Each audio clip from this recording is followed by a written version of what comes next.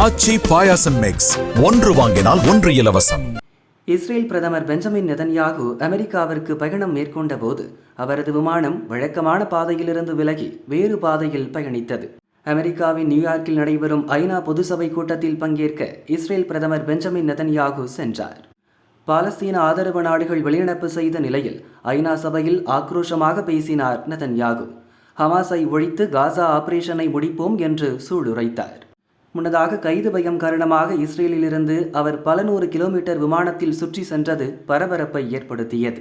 குறிப்பாக அவரது அதிகாரப்பூர்வ ஜெட் விமானமான விங்ஸ் ஆஃப் சியோன் ஐரோப்பிய வான்வெளியை தவிர்த்து வேறு பாதையில் சென்றது.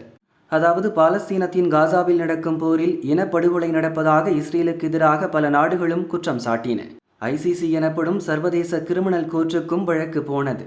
ஹமாஸ் பயங்கரவாத தலைவர்கள் மற்றும் இஸ்ரேல் பிரதமர் நெதன்யாகு, அவரது முன்னாள் இராணுவ அமைச்சர் யோவ் கல்லண்ட் ஆகியோருக்கு கோர்ட் கைது வாரண்ட் பிறப்பித்தது. காசாவில் போர்க்குற்றங்களில் ஈடுபட்டதாகவும் மனித உரிமைகளை மீறியதாகவும் கூறி இந்த உத்தரவு பிறப்பிக்கப்பட்டது. அதாவது சர்வதேச கோர்ட்டில் உறுப்பினர்களாக இருக்கும் நாடுகளுக்கு இஸ்ரேல் பிரதமர் சென்றால் அவரை கைது செய்து கோர்ட்டில் ஒப்படைக்க வேண்டும். அந்த வகையில் ஐரோப்பாவில் உள்ள பல நாடுகள் நெதன்யாகு தங்கள் எல்லைக்குள் நுழைந்தால் கைது செய்வோம் என்று பகிரங்கமாகவே அறிவித்தன. கைது பயத்தில்தான் இந்த நாடுகள் மீது பறப்பதை நெதன்யாகு தவிர்த்ததாக சொல்லப்படுகிறது.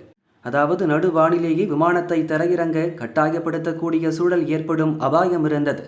அதை தவிர்ப்பதற்காகவே அவர் மாற்றுப்பாதையை தேர்ந்தெடுத்தார். பொதுவாக அமெரிக்காவுக்கு செல்லும் இஸ்ரேலிய விமானங்கள் பிரான்ஸ் உட்பட மத்திய ஐரோப்பா வழியாக செல்லும். இந்த பாதையை தவிர்த்து கூடுதலாக 600 கிலோமீட்டர் பயணித்து நெதன்யாகு அமெரிக்கா சென்றடைந்தார்.